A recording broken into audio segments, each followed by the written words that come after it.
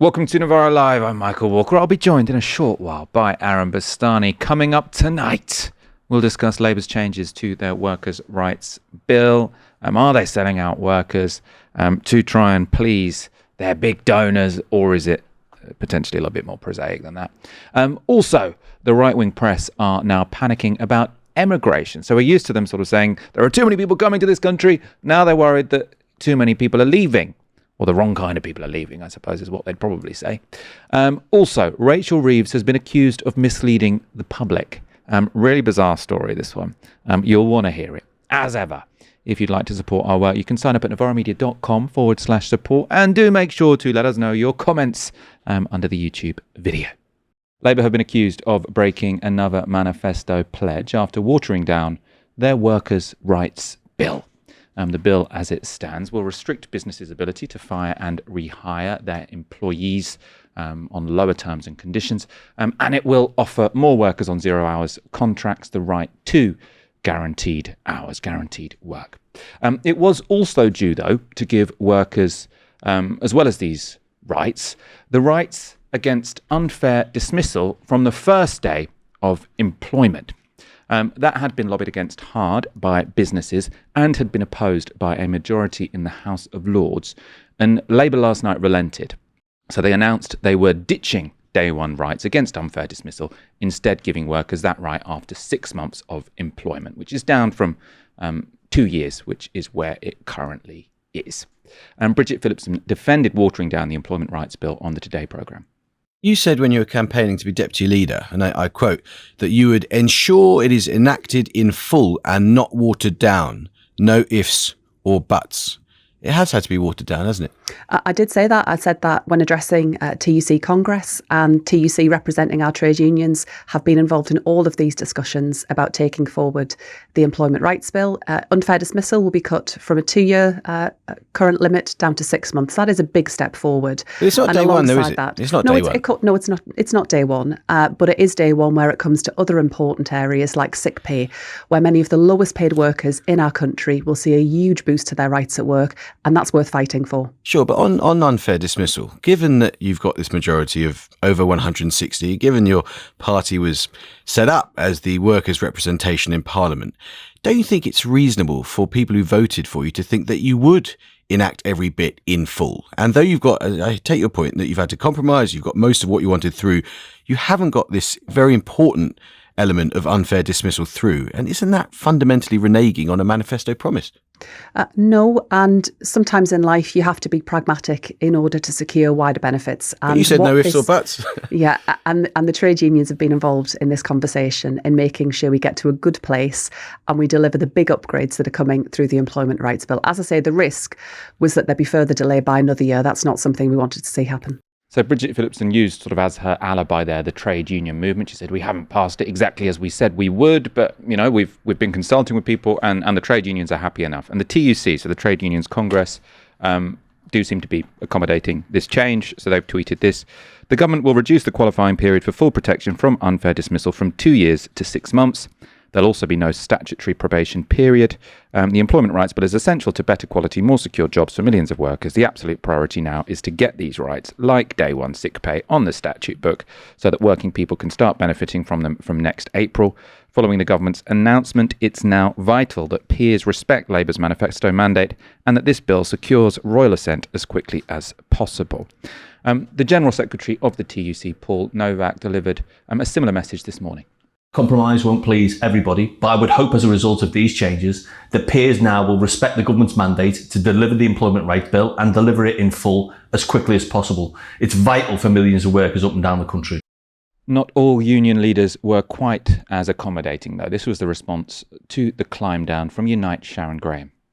I actually do think that there will be more watering down of the employment rights bill. I have no doubt in my mind we'll be here again in a number of things. When fire and rehire was actually watered down, I said at the time I expected other bits to be watered down, and that has been the truth. I mean, we were told in full, and that in full has got a smaller and smaller and smaller part of what actually is going through. So I think workers will feel that Labour is not on their side. They wanted some redress for what is happening to workers up and down the country. And I think the budget yesterday, unfortunately, where there was an opportunity to tax the richest in our society, the billionaires in our society, they chose to agree and continue with a stealth tax, which means everyday people pay the price. That is what the problem is. This is an addition to that characterisation, and I think Labour will pay for that at the ballot box. So just to give some context in terms of what Sharon Graham there was saying had also been watered down. So fire and rehire was going to be abolished. Now it's only being abolished unless a company can show they'll go bust without making the changes. So there's a bit of an opt-out, although, it depends how hard it is to prove that, I suppose. On banning 0-hour contracts, so initially Labour said they'd just be banned. Now they can exist, but you have a right to a contract with regular hours if you are working regular hours over a 12-week period. So you can still be on a 0 hours contract, but if you're working regularly, they do have to offer you regular hours. So I suppose it's supposed to be against fake 0 hours contracts, I suppose. Workers will also have a right to compensation if their hours are cancelled at short notice. Crazy that wasn't already the case, but that will be brought in with the modified employment rights bill. On the abandonment of day one rights against unfair dismissal, Sharon Graham also had allies in Parliament. So John McDonnell said this: is this a sellout? Yes, it certainly is. If it's unfair to sack someone, it's unfair whenever it occurs, whether it's day one or after 6 months. The principle is fairness. Perhaps more significantly for the government, the minister who had been in charge of the employment rights bill also seemed concerned. So Justin Madders was in charge of workers' rights until the reshuffle, which ousted Angela Rayner, who had been the Secretary of State in charge of this. So Justin Madders said this: it might be a compromise. It might even be necessary to get the bill passed ASAP, but it is most definitely a manifesto breach. The Labour government will now face accusations of selling out workers in the face of business pressure or pressure from the House of Lords. But they were also being pushed by some centre-left think tanks to change their approach on this. So last month, the Resolution Foundation suggested unfair dismissal rights from day one of employment would be a mistake. So they produced a chart showing at what point workers get rights to unfair dismissal in similar countries. So they showed that the current UK position of only granting those rights after 2 years puts us at one extreme of the spectrum. So you can see us on the left there. So not giving people those rights until 24 months was a real outlier. However, if we were to go to all of those rights on day one, we'd be an outlier on the other end of the extreme. So as you can see from that chart, most OECD countries are somewhere in between. So somewhere in between day one and 2 years.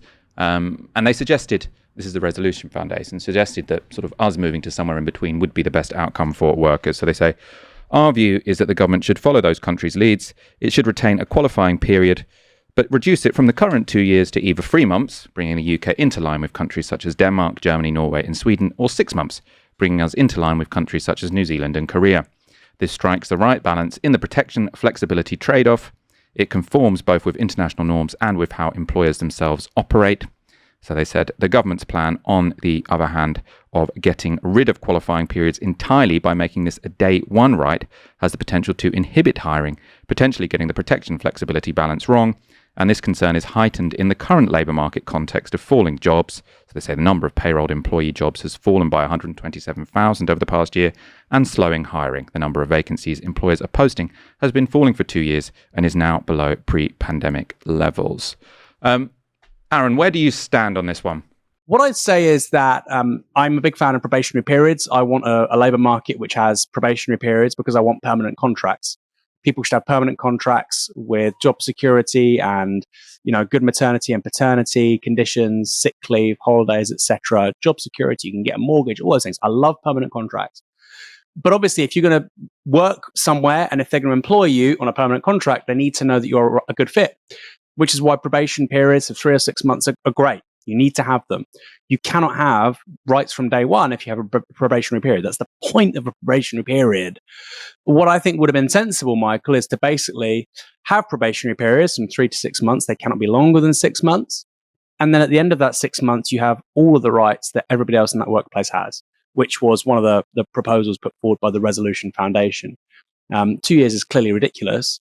But the whole rights from day one thing, it doesn't make sense unless you get rid of probationary periods. Now, some people watching this might be saying, Aaron, you're meant to be left wing. Get rid of probationary periods, rights from day one. What that would mean is you have far fewer permanent contracts, right? You would just have contracts for 6 months or a year. And after a year, oh yeah, this person's quite good. Let's give them a permanent contract. So what you would do by removing probationary periods is actually you'd create a far more precarious labour market for workers. I think the sensible thing here, like I say, what the Resolution Foundation appears to be saying as well, is that you just bring us into line with a ton of other countries where it's 3 to 6 months and then you get all of the rights of everybody else on a permanent contract. It doesn't mean all contracts should be permanent. Sometimes you only have a job for 1 or 2 years because there's a certain project in the workplace that will take that long. But I like, generally speaking, the norm to be a permanent contract. So I don't really understand the thinking behind this from Labour. I don't really understand some of the response. What I'd also say is the Labour Party loves to overemphasize how radical this bill was because it sounded more left-wing than it really was. And the right really love to overemphasize how left-wing the bill was because then they could say that Labour is really, really left-wing. But it was always clear to me in any case that having a probationary period in contracts and rights from day one were always at odds with one another. This didn't really make sense because you don't have rights from day one because you're not there as a permanent contracted employee. And I feel like a lot of grandstanding on both sides misses the point of what would have been very good legislation to have all those rights from the minute you've passed your probationary period, whether that's 3 or 6 months. I think that's very sensible. I think that's very progressive. I was thinking about this today. What's going on here? And if you want to be as sympathetic as possible as you can be to the Labour Party, you say, well, this is where they always thought they might get, but this was a negotiating strategy where they thought we'll go for something a bit maximalist, and then we'll make this concession to business. And it is now the case that the CBI are welcoming what, in many ways, is a fairly sort of radical workers' rights bill in the sense that it does dramatically increase workers' rights more than any legislation we've had, in recent decades. So that's a big deal. And the CBI are now saying, oh, now this day one rights thing has gone. We're fine with this. So maybe this is perfect for them. It seems more likely to me that they've just got no idea what they're doing. And so any time they do something which is good for workers, they make it look like they're actually selling workers out and vice versa because they're just, they don't know what they're doing. I suspect you're right, Michael. I mean, I think it's highly unlikely that this is 4D chess from Rachel Reeves and Keir Starmer, but I mean, that kind of feels like the outcome where you have the CBI, as you've said, welcoming some of the most radical and progressive trade union legislation in this country since Margaret Thatcher. And this should be repeated because it's not really reflected in how much the left is looking at the Starmer government, and it's certainly not reflected in the polling. This is the most left-wing government of my lifetime, especially given the macroeconomic conditions. You might say that the Brown government did some good stuff or, whatever, but given the macroeconomic conditions, given we're basically in a very low growth economy, inflation's been higher than it was in the late or mid 2000s, etc. This is very, very left wing, bringing bits of public rail infrastructure back into public ownership, getting rid of the 2-child benefit cap, the minimum wage being 60% of the median income now. These are all trade union legislation, or workplace legislation changing, freezing rail fares, prescription charges. This is all quite left wing. And I feel like that's all of a piece with what you just said there, Michael, which is there's no real coherent policy, there's no real coherent political message, and there's no real coherent comms. Like, people who are left wing I don't think have hated a government as much as they hate Keir Starmer, but they're doing stuff like this, right? And I think it really underscores how it's just it's failed in terms of being a holistic political project. But that doesn't mean it doesn't do good stuff. This is really good stuff, right?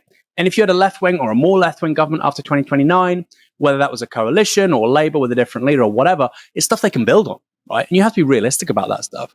And if I sound like somebody who's just like, feeding on cope, look at where we are now with Reform and the Brexit Party in recent years.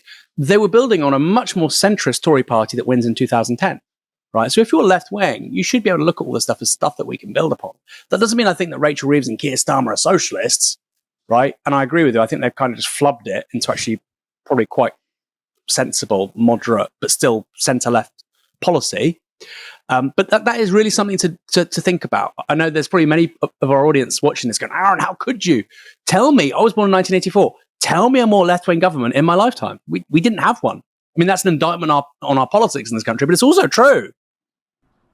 I mean, there are some people saying you're talking shite. There was someone also saying that I'm a small business owner and I think it should be 3 months, and day one didn't make any sense. So the audience is divided, but they're not. It does seem like it's just been a weird bit of messaging. Sort of everyone's shouting at the TUC, how could the TUC accept this? But no one has day one, right? Like we're moving to a system which is more like Denmark and Germany, and like it's kind of that's fine, right? Michael, people need to understand, if we had day one rights, you can do it, then all of a sudden employers would just give 6 months and year contracts. That's what would happen, right? Because you make the cost of having a bad employee so high that you wouldn't give a permanent contract. You give them a 1 year contract and you give them a ton of rights from day one. And if they're awful, it doesn't work out, then after a year, you go and employ somebody else. That's really dumb. All right. It might sound smart. It's really dumb. So what you would be doing is injecting more precarity onto the labor market. We don't want to do that. All I'm saying is, like you, after 3 or 6 months, you give them a really good deal. At the moment, it's 2 years. It's just sensible. It's not, the more extreme a position is, doesn't make it the more socialist. It can be an extreme position can be counterproductive, right? China is the world's largest economy by PPP. They didn't do that by just saying, you know what, we're going to have the most extreme position on everything. That's the most left-wing position. No, they had positions which are tailor-made to the problems. As Deng Xiaoping said, it doesn't matter if the cat is black or white, as long as it catches mice. I don't care if the policy is black or white, as long as it gives workers more power. This does. It does. Sorry. Rachel Reeves is being accused of misleading the public and the markets in the lead up to Wednesday's budget.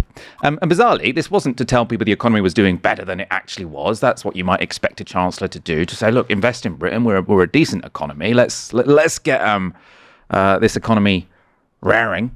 No, instead, she was making out that a catastrophe was incoming when everything was actually relatively fine. So the centerpiece of this accusation about misleading the public concerns this unprecedented press conference that Reeves gave at the start of this month. The Office of Budget Responsibility, the UK's public finance watchdog, will set out the conclusions of their review of the supply side of the UK economy. I will not preempt those conclusions, but it is already clear that the productivity performance that we inherited from the last government is weaker than previously thought. A less productive economy is one that produces less output per hour worked. That has consequences for working people, for their jobs, and for their wages. And it has consequences for the public finances too, in lower tax receipts. So that unprecedented pre-budget press conference, we don't normally have them. She sort of decided out of the blue that this was really important to do, which was basically to talk down the economy. And that was widely seen as pitch rolling for manifesto-breaking tax hikes. So it came in the context of months of speculation as to how Rachel Reeves might fill a supposed £30 billion black hole. Obviously, there were lots of figures being bandied about, but the idea was that there was this huge crisis and Rachel Reeves needed to take drastic action to solve it. And that assumption about a big black hole was talked up by Rachel Reeves. That's what that press conference seemed to be about. And Treasury sources were for months briefing newspapers that a manifesto-breaking hike in income tax would be needed to fill it. They didn't want to break the manifesto, but they'd have no choice. Then on the 14th of November, so a week or so before the budget, something unexpected happened. Rachel Reeves said that, in fact, there would be no hike in income tax. So a bit of a U-turn. And she said this was justified by apparent improvements in the OBR's forecast. So this is what the BBC's economics editor wrote at the time. So Faisal Islam said, Rachel Reeves has decided against raising income tax rates at the budget after receiving better than expected economic forecasts, government sources have said. In recent weeks, the Chancellor had given strong indications she would increase the tax, a move that would have broken Labour's election promise not to raise the basic, higher or additional rates of income tax. However, the Chancellor has decided not to proceed, following estimates suggesting a gap in the finances is £10 billion smaller than previously thought. So there had been suspicions at the time that this U-turn was in fact just because Starmer was on the ropes after his staff had briefed against Wes Streeting and it had backfired. But the line from the government was that no, this change in policy, it was simply the result of new data from the OBR. Something had objectively changed. That story, though, has now collapsed because the OBR has revealed to MPs that for months, actually, Reeves had been told there was barely any black hole at all. So this was from the Times today. So they say, in a letter to the Treasury Select Committee, Richard Hughes, that's the chairman of the OBR, revealed that Reeves was told on September the 17th that the watchdog had only made minor downgrades to its overall assessment of the public finances. By October the 31st, the OBR told Reeves that she was actually sitting on a £4.2 billion surplus. However, 4 days later, the Chancellor gave a press conference in Downing Street at which she suggested that the watchdog's forecasts were worse than expected and made the case for tax rises. So they're quoting Rachel Reeves again. What I want people to understand ahead of that budget is the circumstances we face, she said. I could sweep those changes under the carpet. I am being honest with people. So she said, I'm being honest with people. I'm not going to lie to you about how terrible everything is. I'm not going to tell you that things are good when they're not. I'm here to be honest. The situation is dire. I might have to increase taxes. This chart from the OBR revealed today to MPs on the Treasury Select Committee shows exactly what Rachel Reeves was in fact being told about her fiscal room and when. So you can see on the 3rd of October, she was being told there was a 2.5 billion black hole to fill. So nothing like the 20 or 30 billion we've been told, 2.5 billion. By the 20th of October, they said there was 2.1 billion surplus.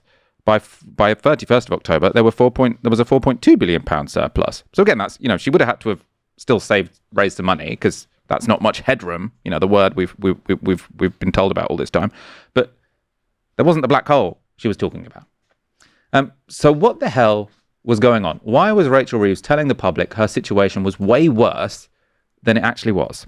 Well, I think this is an interesting sort of tidbit from a New Statesman long read on the build-up to the budget, which was published just before the budget. And they wrote this. It was by Alva Ray. The U-turn on income tax was planned as good news for budget day.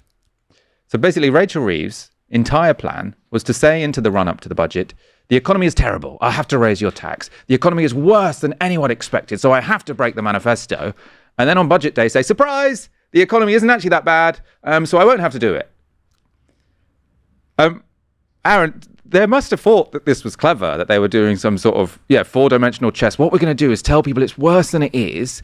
So we're not going to have a policy which is sort of exciting and shows a new vision for the economy about how we're going to achieve growth. What we're going to do is for weeks before the budget, we're going to tell them that something really bad is going to happen, and then our big surprise on the day is going to be, oh, actually, surprise! The bad thing we said we have to do, we don't actually have to do, and that's the political and economic strategy, is not to do good things. It's to brief you're going to do bad things and then say, surprise, we didn't actually have to do it. Yeah, Rachel Reeves thinks she's Pep Guardiola when actually she's like a non-league manager. What do I mean by that? Josep Guardiola, the Manchester City manager, reinvented football, invert the fullbacks, have one fullback player as a deep lying midfielder, play with a false nine, play with maybe three false nines, and then a inverted number 10 who plays as an 8, have the 8 play for like crazy, like calculus meets football. And then you have someone like Sean Dyche who just says, get up to the big man. Get up to the big man, he'll knock it down to the little man, and they'll, just score more goals than they do. And Rachel Reeves is kind of like Josep Guardiola, she's just trying to overcomplicate everything. UK 5-year gilt yields, which is basically the cost of borrowing for this country, 5 and 10-year gilts. They're now the lowest they've basically been for a year. They were a little bit lower a few months ago, but they're basically the lowest they've been for a year. Our borrowing costs are significantly lower than they were a couple of months ago. And that's because the markets have kind of gobbled this budget up, which is really upsetting loads of right-wingers, right? There was a real possibility of a financial crisis of some kind this year. It hasn't happened. And actually, this budget has appeased the bond markets. Now, as a left-winger, you can or even should say, that's not really top of my thinking, but it's just a fact. And I think Rachel Reeves would say, well, this kind of forward guidance of negativity being usurped by loads of good news is why the markets are now actually much more optimistic about the UK's long-term prospects for growth, and therefore our costs of borrowing are much cheaper than they previously were, which of course has knock-on effects. It means, that we can cut interest rates probably going forward, and that it's in a highly leveraged consumer economy like our own, it's really good news basically. And if you want to borrow more to pay for public services, and build stuff, which Rachel Reeves want to do. Again, really good news. Borrowing costs in this country have been over 100 billion, I think now for 3 consecutive years. You want borrowing costs to get down, right? 100 billion plus is just the debt interest annually, not the deficit, the debt interest. If you can get that down to 50 billion, that by doing literally nothing, creates another 50 billion you can spend elsewhere.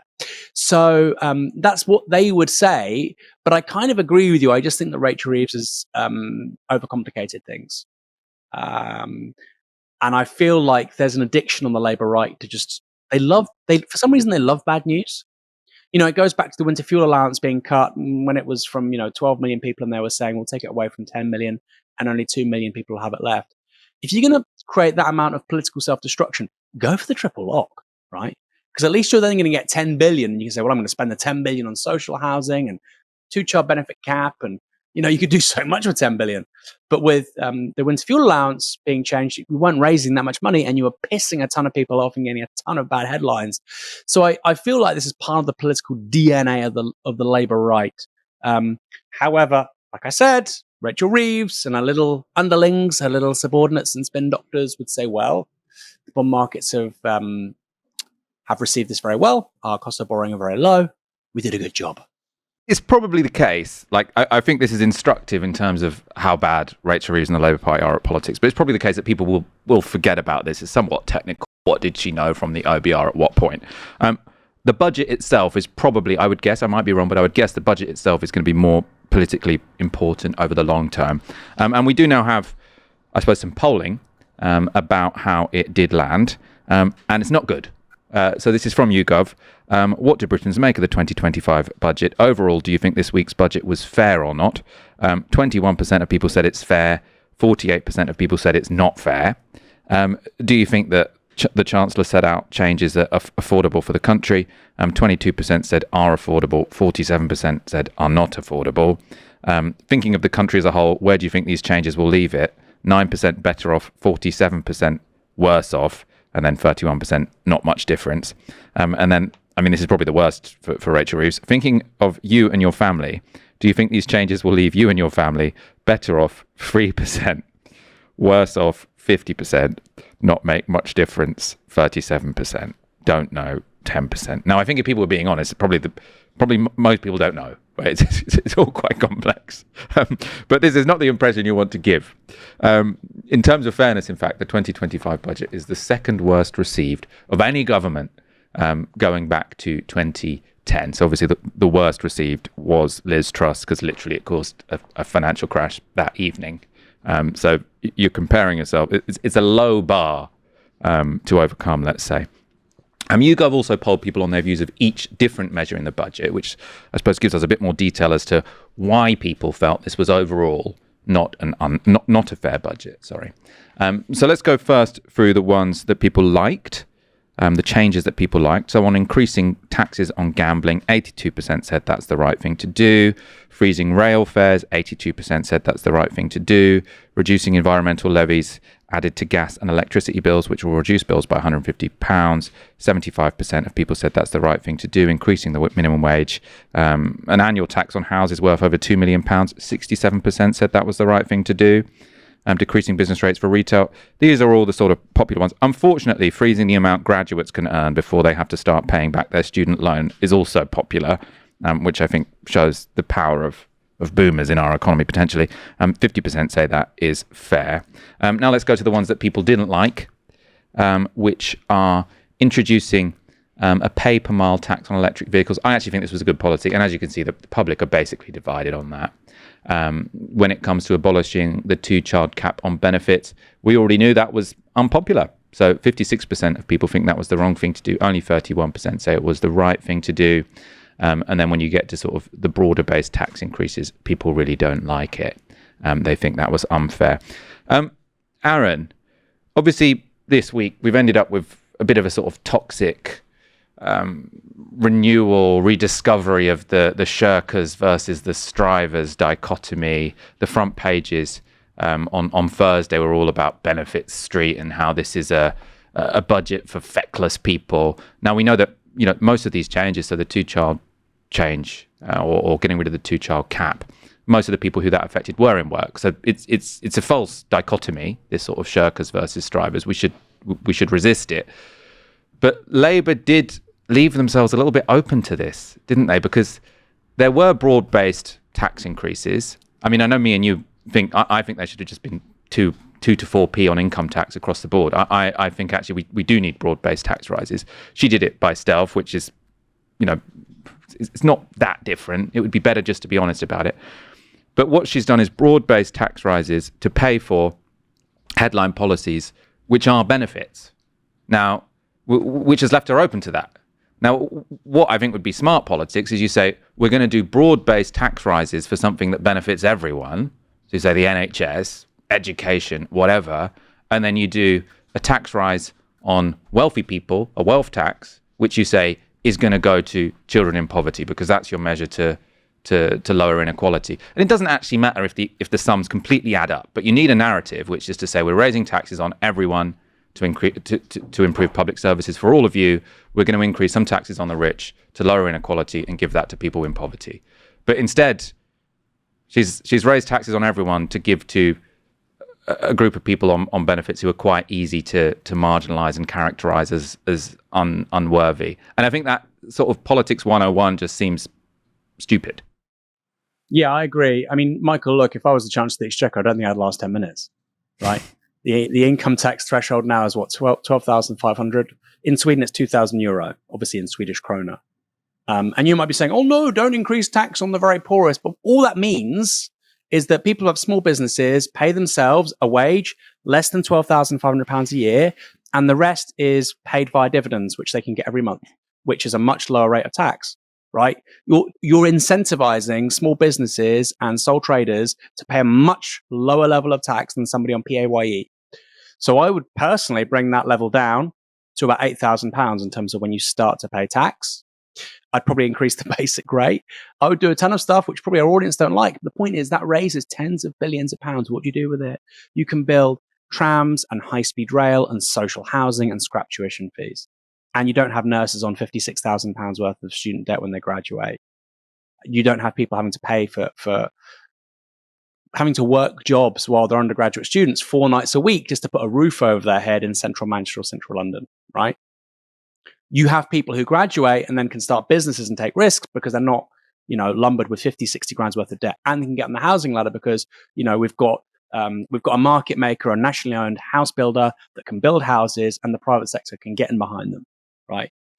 You can do those things when you're raising loads of money. So I'm a socialist. I want to do those things. The reality is, to do those things, we're going to have to raise more money. We can cut money from some places. I believe that. I don't know why we've got Trident personally.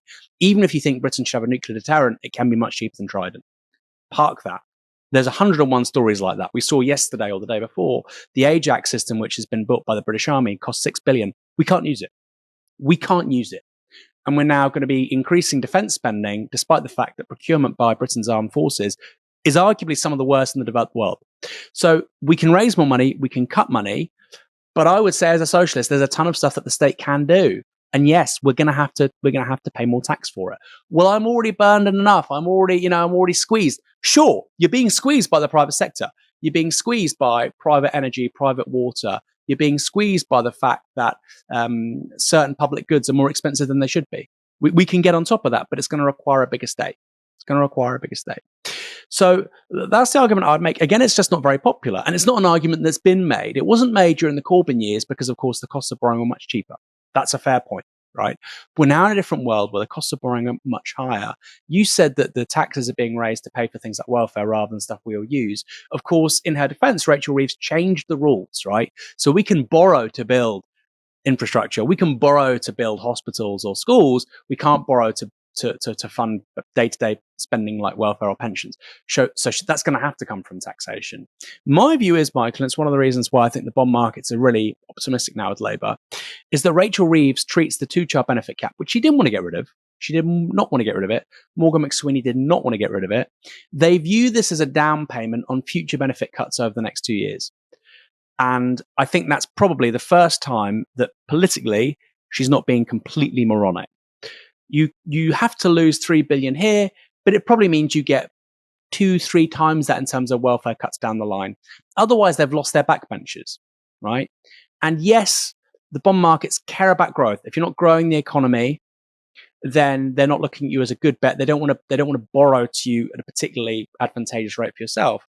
But also, if there isn't political stability, they're also not looking at you as a good bet. And what they've done with this budget is to create political stability, to calm down their backbenchers, to see off a potential leadership challenge. And they bought themselves another year or two with regards to welfare reforms down the line. And, our audience won't like those. I personally don't think our welfare system is particularly generous in the whole, but I think that's the plan.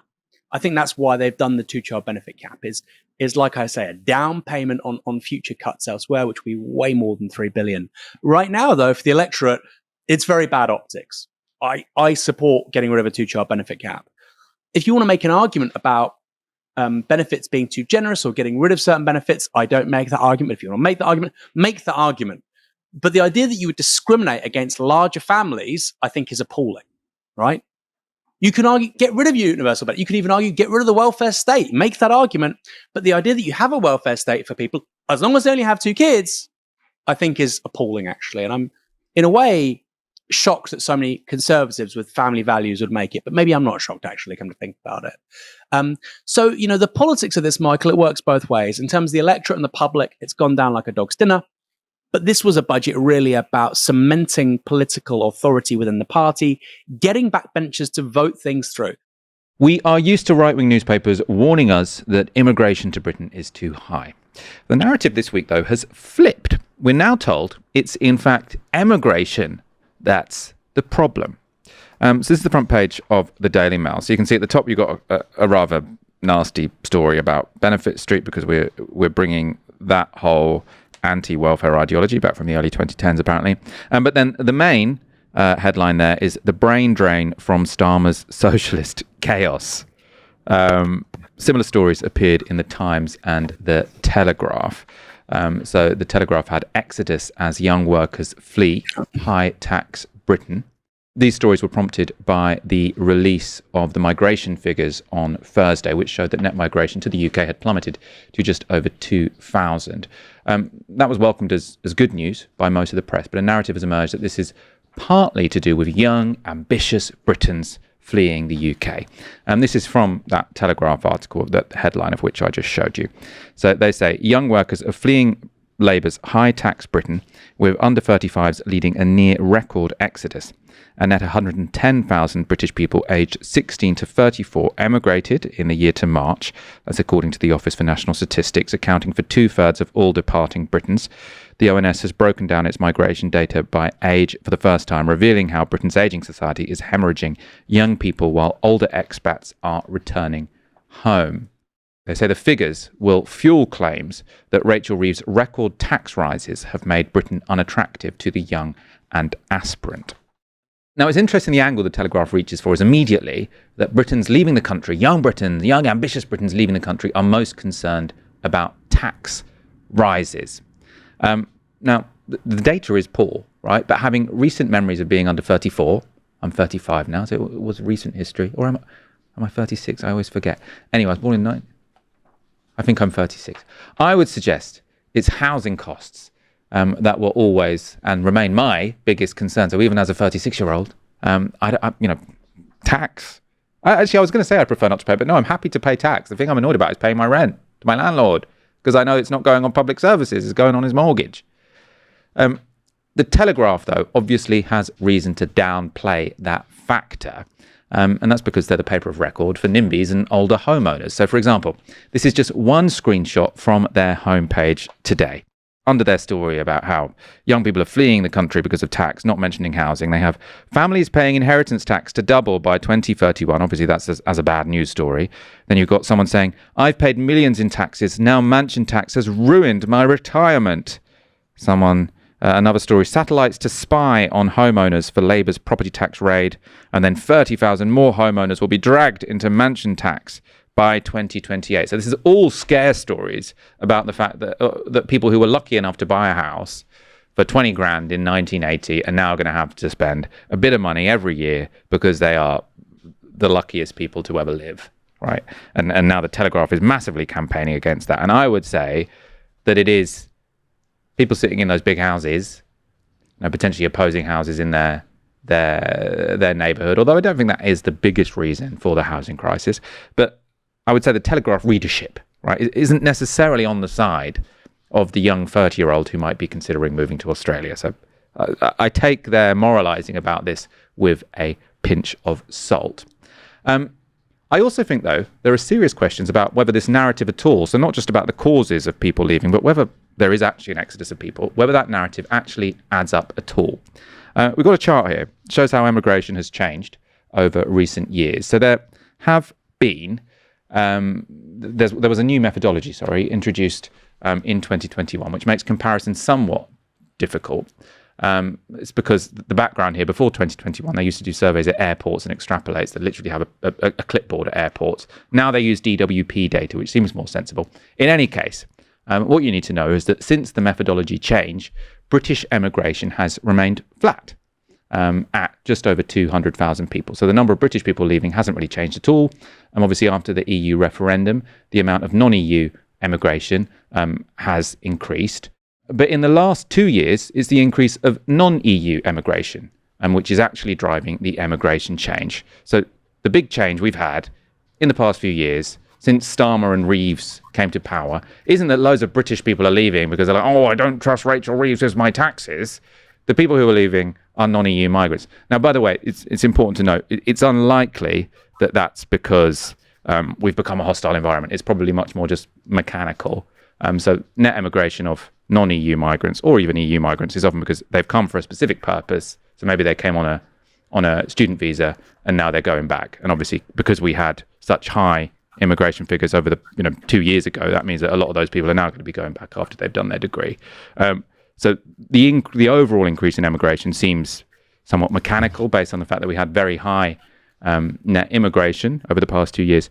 Do I think it's a manufactured issue? No, I don't. I think that an ambitious deputy head teacher or nursing graduate or doctor, the reality is that this country doesn't work for them. They're going to struggle to get on the housing ladder. They're going to walk down the local high street. They're going to see a place really in disarray. Most towns and cities in the UK simply aren't nice places to live. They're not nice places to raise children. And pay isn't what it was. So in many jobs, particularly things like the public sector, education, healthcare, it's not a nice country to begin your career anymore. It isn't. It's not built for those people, right? And so I find it strange to say that they wouldn't leave. Why wouldn't they leave?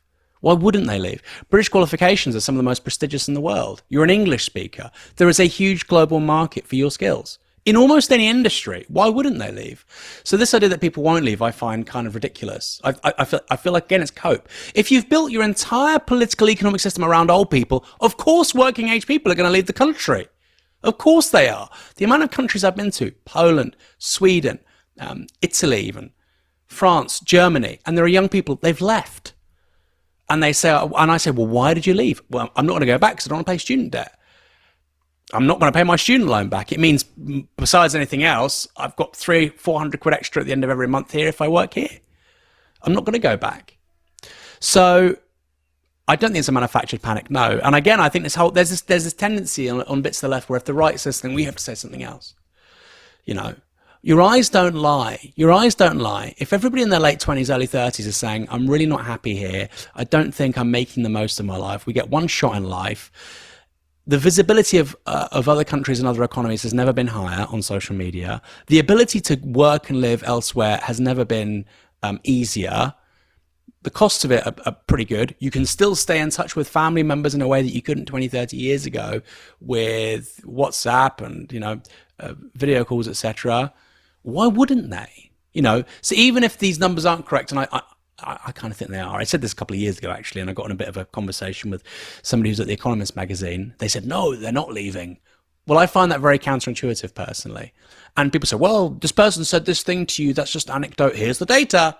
The data can be changed 2 or 3 years down the line, right? This is why whenever you're talking about data about GDP, productivity, wages, immigration, look at a 5-year, 10-year period. Look at a 5-year period. That's what I'm interested in. And I personally feel like post-COVID, we're now moving into a world where actually we should be thinking more about immigration. Yes, we should be thinking about it more. If you're on £70,000 as a deputy head teacher in this country, you're in the 40% tax bracket for earnings over £50,000. You've got your student loan to think about. It's really expensive, maybe to get on the housing ladder. You can earn twice as much money working in the Gulf. You can earn a lot more money in the US. Ditto nurses. There's loads of professions like this. And I think we kind of have to get real. And I think for the right as well, Michael, it's a real challenge because they've been obsessed with stopping people coming into the country. And by the way, when you're talking about healthcare workers or care workers, we've got to have that because we've had a fertility rate below 2.1 for 50 years. We've got to have some of those people. We can have a conversation about how many, what industries, but we've got to have some of them. Okay? But alongside that, they've just completely taken their eye off the ball about people leaving. I said this years ago on GB News, 3 years ago. I said, look, you're worried about people coming? Be worried about people leaving because the Tories since 2010 have built a political economy in this country which smashes young people, smashes them. And they weren't taking it seriously. But why would a smart kid, I say kid now because I'm 41, 42, why would a smart person in their mid-20s with good qualifications, hardworking, ambitious, you tell me why they would stay in the UK. You tell me. If it's not family, and of course that's why most people don't go, it's because of family. But if they want housing security and they want a nice place for their kids to grow up, and they don't want to be in a ton of debt, and they want a bit of expendable income, and they want to eat out on a nice high street which hasn't been destroyed by big tech, the UK is probably not the place to do it. You know, go as a British person, go to Poland, which was a poor country until relatively recently. Go to Poland, go to Poznan, go to Krakow, go to Gdansk, go to Wrocław, go to Warsaw. All of these cities have a much nicer public feel to them than maybe any British city except Manchester and London and Glasgow. Maybe. I mean that. Our cities and towns are not nice places to live. So I think there's just so much stuff that stacks up for me, Michael. Yes, I think young people are leaving. I think they will continue to leave until we have a broader settlement which doesn't completely disadvantage young people, working age people, then I think it will get worse. I suppose there's a danger, isn't there? We're saying it seems right, so let's ignore the data. But I do take your point that sort of these things are often revised afterwards. I mean, as sort of many of the stories on the show today have said. And I do agree with you that there would be lots of reasons to leave Britain, but I do think you have to sort of have a debate which is to some degree grounded in the data, because lots of, it seems intuitive to lots of people that crime is completely out of control and that we live in the most dangerous time ever. And then it's important to sort of bring people back to the data, which says that that's not quite the case. When we're in the studio together, we will have this as a big debate because of some of our sound problems and technical problems. We're not going to do a back and forth here. I'm going to go to the next part of this story to see if you agree with me here, which is, I suppose, concerns how the right are using this idea of emigration to suggest that people in their 30s are a particular way, which I think, again, the data doesn't necessarily bear out. So the emigration story has been used to invoke a meme, which is now incredibly popular on the online right. You might have seen it. Neil Bryan, a very online Tory MP, in response to this idea that sort of there is an emigration crisis, he said 99% of net British emigration is people under 35. Crazy brain drain. Nick 30 is off to Australia or Dubai. Now, Nick 30 is the main character in this meme. It was originally from France. And you can see you got Nick here. So he's a young professional and he's very annoyed because all his money it's quite a racist meme, really, because all his money is going to Africa via UK aid, even though that's a very low proportion of GDP, to a black man called Kareem, who lives in social housing and is sending the money via Western Union to Africa. So again, as I said, it's quite a racist meme. And then it's going to the NHS and old people on P&O cruises. So the idea is that he's being milked for everything by people who aren't working. The issue with this, I mean, beyond the fact that there's lots of distasteful elements of this, the factual issue here in terms of sort of saying that this is the annoyed, young, ambitious Briton who is turning to the right, who is really annoyed that they're giving money to old people and black people, essentially, is what's being suggested in this meme, is that if Nick is a 30-year-old who lives in London, he's almost certain to be a Labour or Green voter, right? He might not see his struggles in the same way that they're caricatured by the online right, including Tory MPs. And I want to go to a clip, which I think shows quite how far off the deep end some people on the right have gone when it comes to, I suppose, misunderstanding young Britain. So this is Alex Phillips on Talk TV. What are we? Why don't we just put a big red carpet on the White Cliffs of Dover and say, do you know what? If you're not from Britain, come. And the last few people here who are working, who are breaking their backs to try and save what is left of this country, will just give it all to you, regardless of who they are. Come on, help yourself at the buffet of Britain.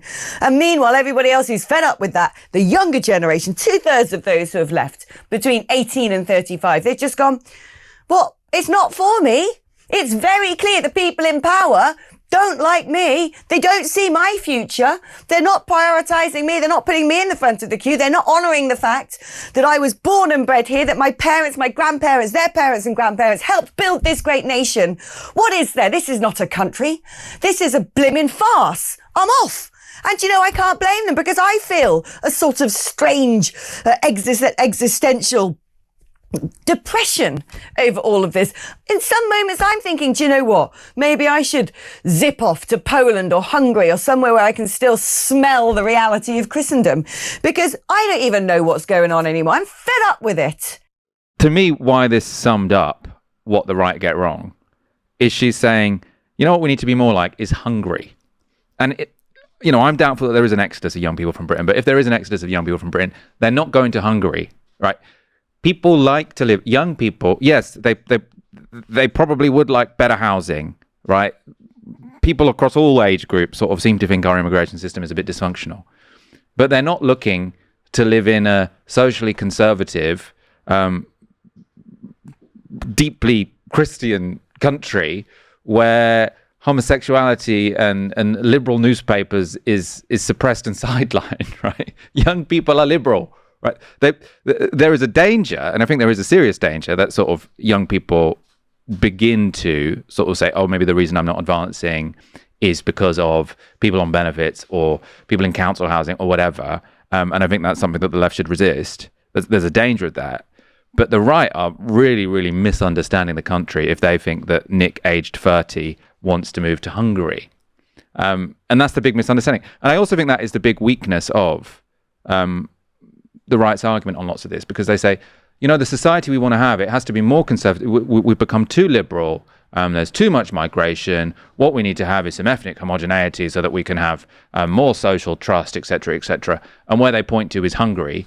And then at the same time, they're complaining about young, ambitious people wanting to move away.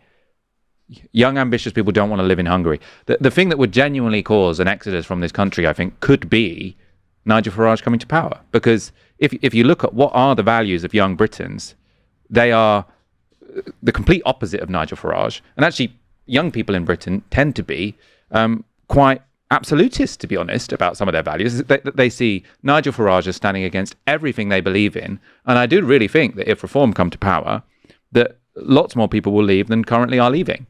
So the idea that sort of young people are protesting with their feet, they want to live in a white Christian country, that's just not true. Thank God it's not true. But yeah, I think the right are not getting this. I think the story about emigration is going to be an interesting one in the coming years. The story about youth resentment is going to also be an interesting one. There are countries where more young people do vote for the far right. So France and some of continental Europe is a bit like that. I still think most of them vote left, but there is a much bigger cohort of young people who are turning to the radical right. That isn't happening in the UK yet. It's a risk. But as I say, the idea that Alex Phillips is proposing that young people are going to go to Hungary because they want to live in a Christian country, it's a joke. And it's kind of crazy that that's sort of being cast on Murdoch TV day after day after day, because it's also completely misleading her audience, because her audience probably is older conservative people who are being told, oh yeah, there's this huge clamoring among young ambitious people in Britain to live in an ethno state. That's not true. We will be back on Monday for another live stream. Thank you so much for watching. Have a great weekend. You've been watching Novara Media. Good night.